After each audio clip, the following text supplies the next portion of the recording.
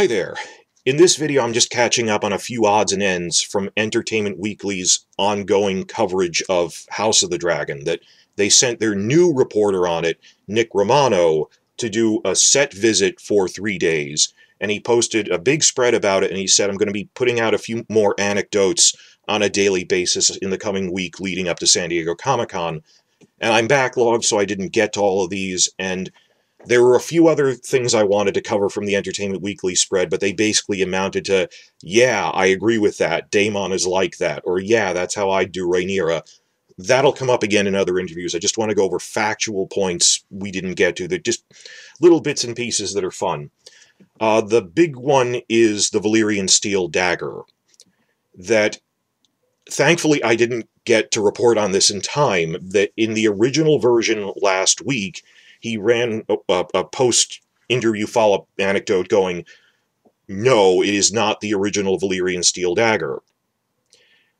Well, everyone was looking at the thing and going, well, Ryan Condal, the way he's saying it, it sounds like he is saying it's the dagger. These sound like they're conflicting. Nick Romano posted a correction. He owned up to it. He was honest with us. And he reposted the corrected article that says, now titled, yes, it is the same Valyrian steel dagger, and explained why he was confused. And he then spread this through his Twitter account, which, posting his articles, and said how embarrassed he was about this. That this is embarrassing, I made a mistake, it happens. And yeah, that some people were making fun of him for there was a mistake here, a mistake there, or he had a typo somewhere, which was clearly that's not what he meant. Like, he accidentally called Daemon Lord Commander of the King's Guard. He meant Lord Commander of the City Watch. I know what he meant. It's just a force of habit. We do that all the time when we're typing nothing. Lord Commander of what? It was a slip of the typing. He's racing with that. I understood what he meant. The difference is, I would rather have someone who is honest with us and admits when he made a mistake, rather than someone who has really close access. And he had close access. He was on set for 3 days. But other people who do major interviews, and it turns out they're hiding how bad things are behind the scenes. How many of the actors, leading up to season 8 were going, it's going to be the best season ever, and we later admitted behind the scenes this was a nightmare of production, and we were really suffering, and Kit Harington saying the night shoots were grueling, that this wasn't a fun experience, but their job is to make a cheerful presentation of it, or sugarcoating that there were really a lot of problems behind the sets that we later found out about in like that interview book and stuff back in season 1, and it wasn't a well-oiled machine. You had a lot of issues that you didn't tell us about. But this is all public record. This is all stuff that came out in later interviews. Don't need me to tell you that.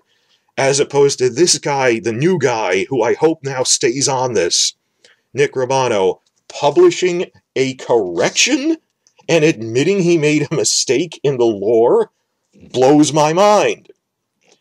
What happened was, they actually sent the original specific object. They sent the original prop Valyrian steel dagger from Game of Thrones, which has been around since season 1, from the old headquarters in Ireland, where they were in Northern Ireland, where they, everything's in a box.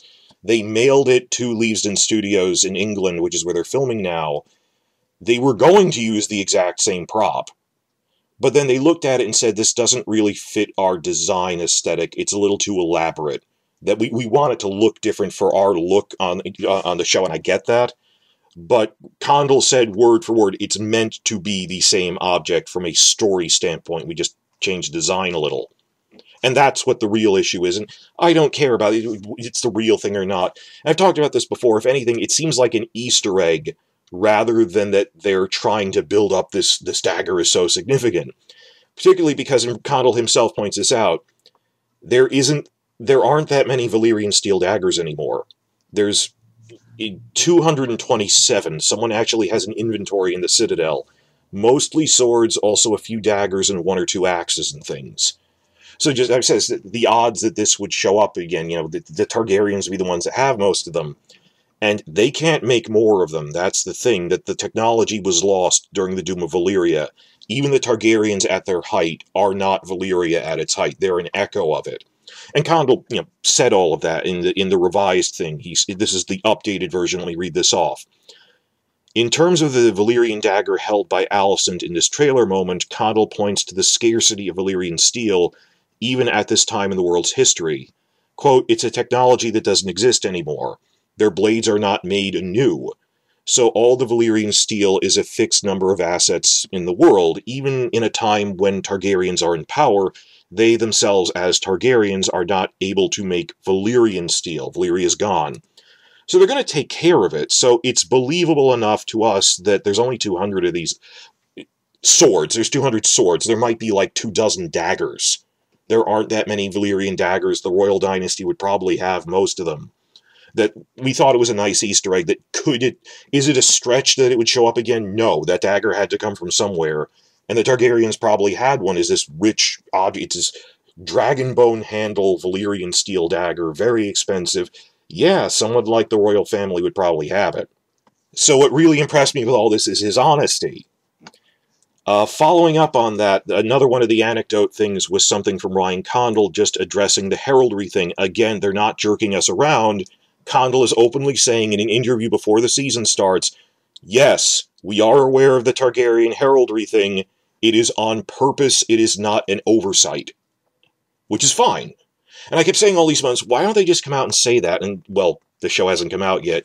He said that. I'm happy with that. That I had this whole video yelling about this too much. That, when Season 1 of Game of Thrones started, when the pilots started, they got the Targaryen Sigil wrong because it was a four-legged dragon when they're two-legged in the storyverse. In most medieval heraldry, it has 4 legs, but Martin's have 2 because he said, well, that's not how a real animal could ever function. It has to be shaped like a bat to at least be semi-plausible. So they have 2 legs, and even in the book it says it has 2 legs.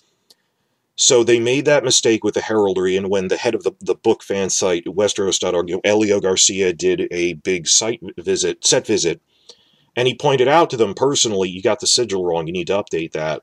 They admitted they were wrong, and fixed it for all of their, merchandise and stuff, but they didn't remake Viserys III's. Viserys III's tunic had the wrong version because it was too expensive to remake. So that error kept popping up. Mostly, the prop people tended to get it right. That's why prop was on the tip of my tongue. The prop people tended to do the 2-legged version, but the CGI things like banners on top of Meereen or on Daenerys' ships tended to get it wrong, and this led to my theory that maybe it's because CGI stuff gets farmed out to third parties more often, that they didn't communicate well with them. But some people need to go, no, the show is perfect. It was a mistake. They admitted it was an error. The fact that they repeated the error doesn't mean if you repeat the error enough, it becomes canon. It means they made a mistake and repeated the mistake. It's just as wrong as it ever was. It's if the microphone appears in the shot, the boom microphone appears in the shot multiple times. If it appears in every shot, that doesn't make the mic boom part of the universe. It means you have terrible editing, right? Same thing. So it was Condell. The only thing he said about the heraldry was, yes, that's not an oversight of, oh, I didn't know, I guess I kind of forgot. No, he said, stay tuned, it will make sense in due time. And he pointed that this is a no-brainer. This isn't some giant theory. Even Elio Garcia himself, 10 years later on Westeros.org, I was reacting to him in the forum, he reacted to this the same as I did. He said, we assume they're doing a fixed retcon, which we would have asked for. We're happy they're doing it. To address that, why did they keep interchangeably using, not interchangeably, they kept using the wrong sigil in Game of Thrones like half the time.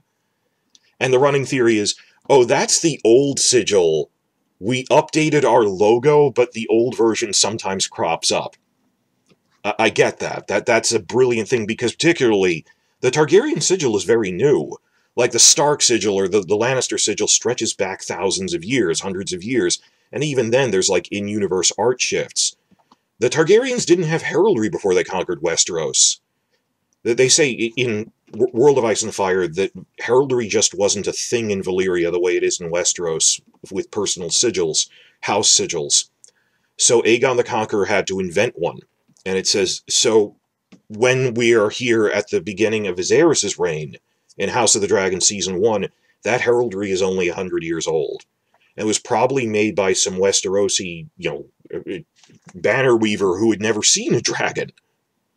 So our running guess is that by late Season 1, after the time jump, they're going to update the heraldry as a winking nod to a retcon that to fix everything that went wrong with the heraldry, as a rewrite with that. And like the way Westworld did it, that in Westworld with the parallel timelines, after Season 1, everyone realized they were parallel timelines because the Westeros logo was different 30 years ago, and you could tell. So that'll be a late Season 1 thing. We have seen spy photos of, like, a horse with both versions on it. So it'll be, oh, we updated our logo by the end of Season 1. And the one theory is maybe Aegon II's heraldry, and possibly also Rhaenyra's heraldry, will use the two-legged version to differentiate it from the old one. I don't know, but I'm fine with that. It's the meta level. It's not about the dagger. It's not about the heraldry. It's the Entertainment Weekly reporter was honest with us and admitted a mistake. And the showrunner, before the first episode premiered, a little late, but still a month out, addressed, because we're not supposed to have spy photos, but some of these are in teasers, but trailer came out today, but within days of the first full trailer, he did say, it's not an oversight, this isn't, oh, I forgot, I'm just not going to pay attention to you, I did this on purpose. And there's a lot of other things Condell said in the Hollywood Reporter thing, I have to cover that too, about I refuse to change character names because they're too similar, because, well, they're supposed to be, because they repeat in dynasties.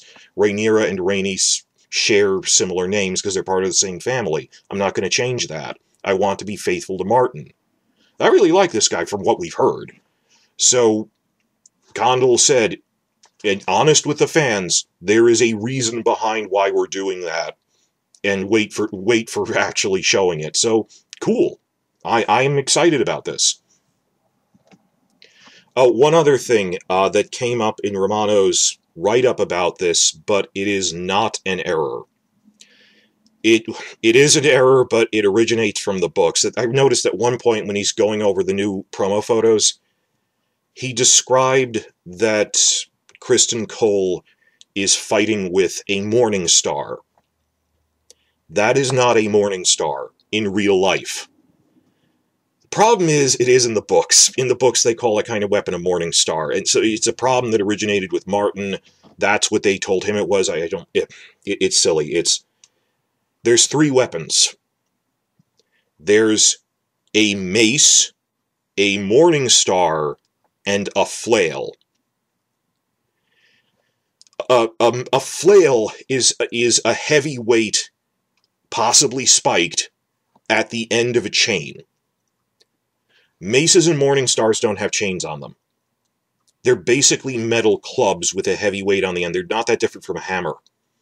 Well, a mace is basically a simple stick with a rounded weight on the end, and sometimes it's studded. But as long as they're rounded, it's still called a mace. It's kind of like a spectrum from mace to Morningstar, that a Morningstar is a mace that has really sharp spikes on it, but it's still a club. It doesn't have a chain in it. That whether a flail has spikes on it or not, it's called a flail.